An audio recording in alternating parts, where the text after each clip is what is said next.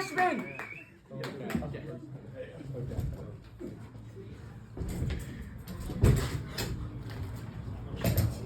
What up? Yo! How are we? We're great, man. All right. You know what I found out recently? Not everyone did this. When they were a kid, did anyone else's dad like physically stretch them out? Like when I was a little kid, my dad like before bed he would grab my hands with one hand and my feet with the other, and he would just pull them apart like this. And the idea was it would make me grow taller. I feel like you know how they would torture people back in the day where they would like tie their limbs to a horse and then just like to a bunch of horses and then make them like go different ways. I feel like that's what my dad saw. He was like scrolling through through TV channels and came across History Channel one night and saw that, and he was like, dude, like that looks therapeutic. Like, is that normal or is he just a psycho? And I feel like the worst part is that I'm never actually gonna tell if it worked or not. Cause like on one hand I'm pretty short, so like it probably didn't. But on the other hand, like what if I was gonna be even shorter? Had he not like pulled my limbs apart? I don't know. All I know is like while other kids got like tucked in before night, like a little bedtime story and a kiss, I got hit with like Geneva Convention level war crimes. I don't know. You guys think anyone ever like rounds up their height to 5'11"? Mm-hmm. Like a 5'10" guy who's like really close, so he says he's 5'11". Because like I know one thing is for sure, if you're 5'10", you cannot say that you're 6 foot. Like that's too far. Like my roommate, he's 5'10" and he tries saying he's 6 foot, and I stop him. I'm like, bro, like if you're 6 foot, 6 foot doesn't even mean anything anymore. It's like you gotta pick one. I'm curious though, like I wonder if anyone rounds down, you know? Like, it's got to be tough to be a rounder downer in a world of rounder uppers. I'm imagining like a guy who's like 6'2", but every time he goes out with his friends, he says he's 6 foot just to screw his 5'11" friends over. They'll get really pissed at him. I don't know. 5'11", 9'11".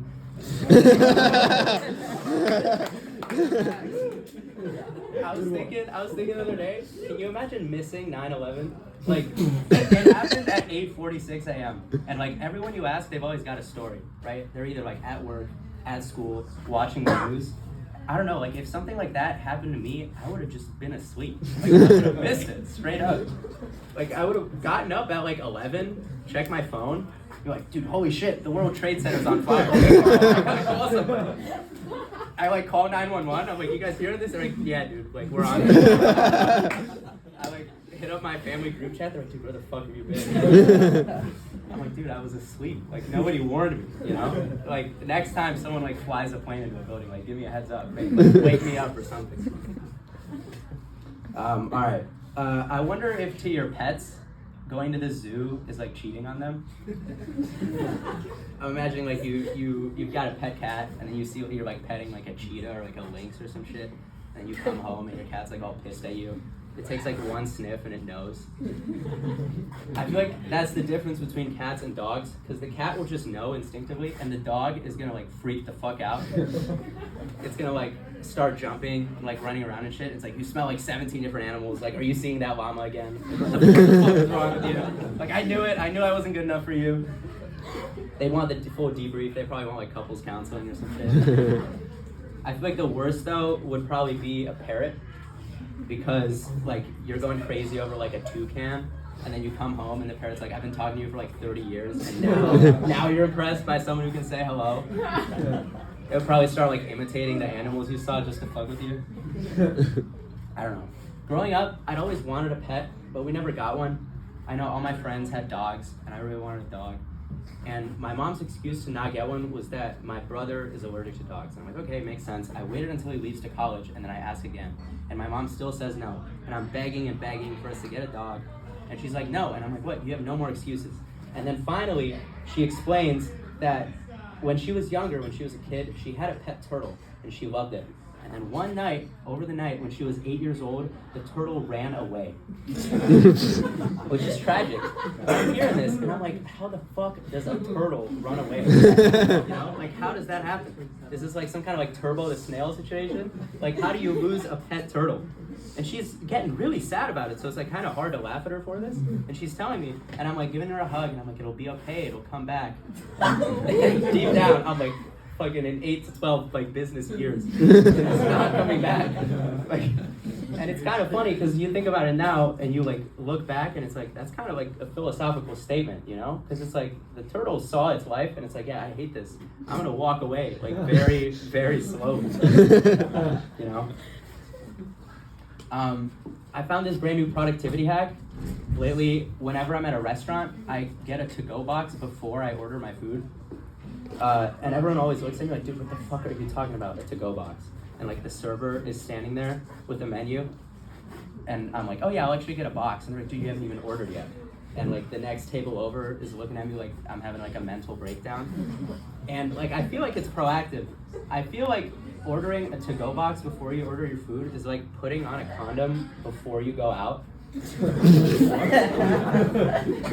like you're all set, you're ready to go. You probably think I'm crazy. I'm not crazy, you are. Alright, so a few summers ago I was in Japan, and one of the main tourist sites across Japan is these like Buddhist shrines or temples. And the one thing about all these temples is that they've got this like symbol at the top. It's kind of like a spiral, but with like sticks, if you can picture that in your head. I'm not gonna tiptoe around it, it's a swastika. So I take some pictures and send it to my boys back home, and I'm like, oh yeah, this is wholesome, this is nice. And they're all like, dude, what the fuck? What is this Nazi shit? Like, I thought you were a Jew. Yeah. And I'm like, dude, like, relax, it's like some cultural shit.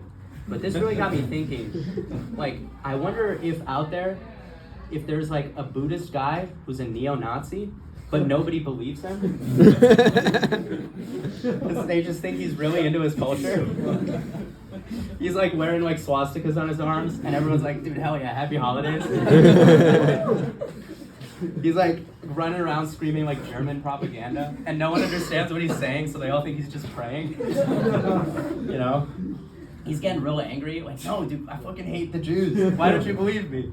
He's getting pissed off. No one believes him. I don't know. I don't know how many of you are sports people, but there's a big problem. Thank you. There's a big problem.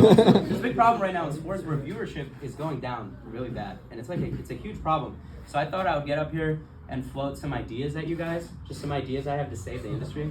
So the first one is to solve baseball, because I think that sport is boring as fuck. I'm sorry. So the idea I had is a rule change. In the 7th inning, both teams get a gun. You get one gun and one bullet in the chamber, and you can either shoot the ball and it's an out, you can point it at the enemy players to scare them, or you can point at your teammates to make them run faster.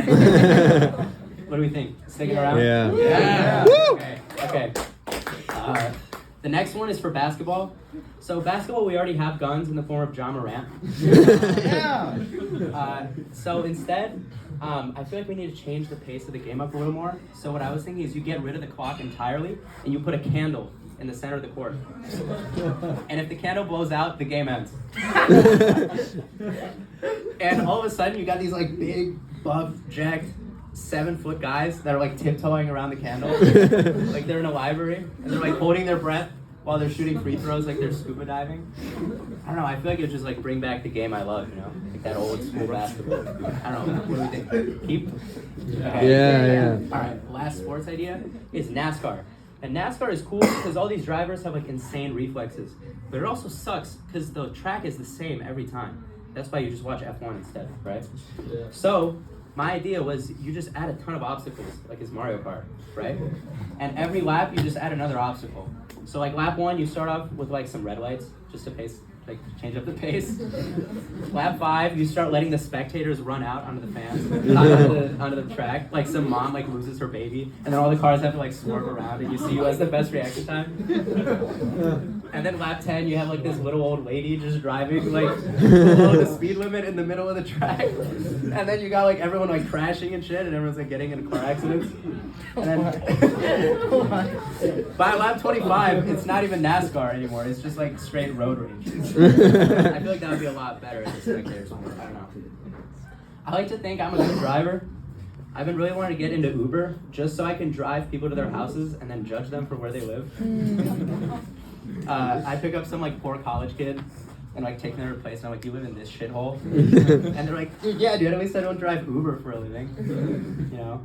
And then I drop off some like finance bro at his luxury apartment and I'm like, dude, like, wow, daddy's money got you a nice place. And he's like, dude, fuck you. Like, I worked hard for like my own job. My dad just happens to work at the same private equity. Like, what the fuck, you know?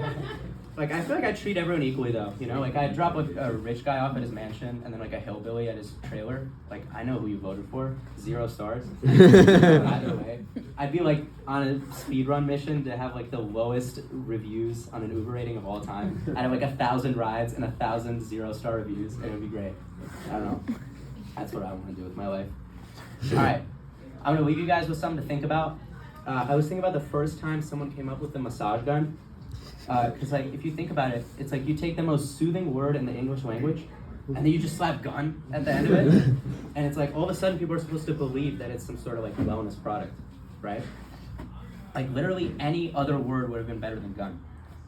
And it got me thinking even more, like how do you even pitch the idea in the first place, right? Like I'm imagining a bunch of guys in a basement on crack.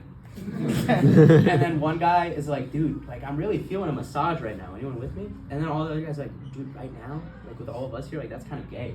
and then the first guy's like, dude, like fucking, what if you slapped on like some guns with it too though? And all of a sudden they're like all on board, like, dude, fuck yeah. And then they all have like an epiphany and it's like, oh, one thing leads to another and you got a massage gun, you know? It's almost too perfect. Because like it makes so much sense, but it's also shocking how something like that is even legal, right? I feel like one thing that does make sense though is you never have to check where it was made. Like you never have to check if it was made in China. Because that's like the most American invention of all time. Like you just know, right? It's actually like I love massage guns too because they're so practical. Because like whenever I can't sleep, I just put a massage gun up to my head and just turn it on next to my skull until I pass out. And you guys probably think that I'm crazy, but it's a lot quicker and easier than having your dad stretch you out before bed. Thank you. Yeah!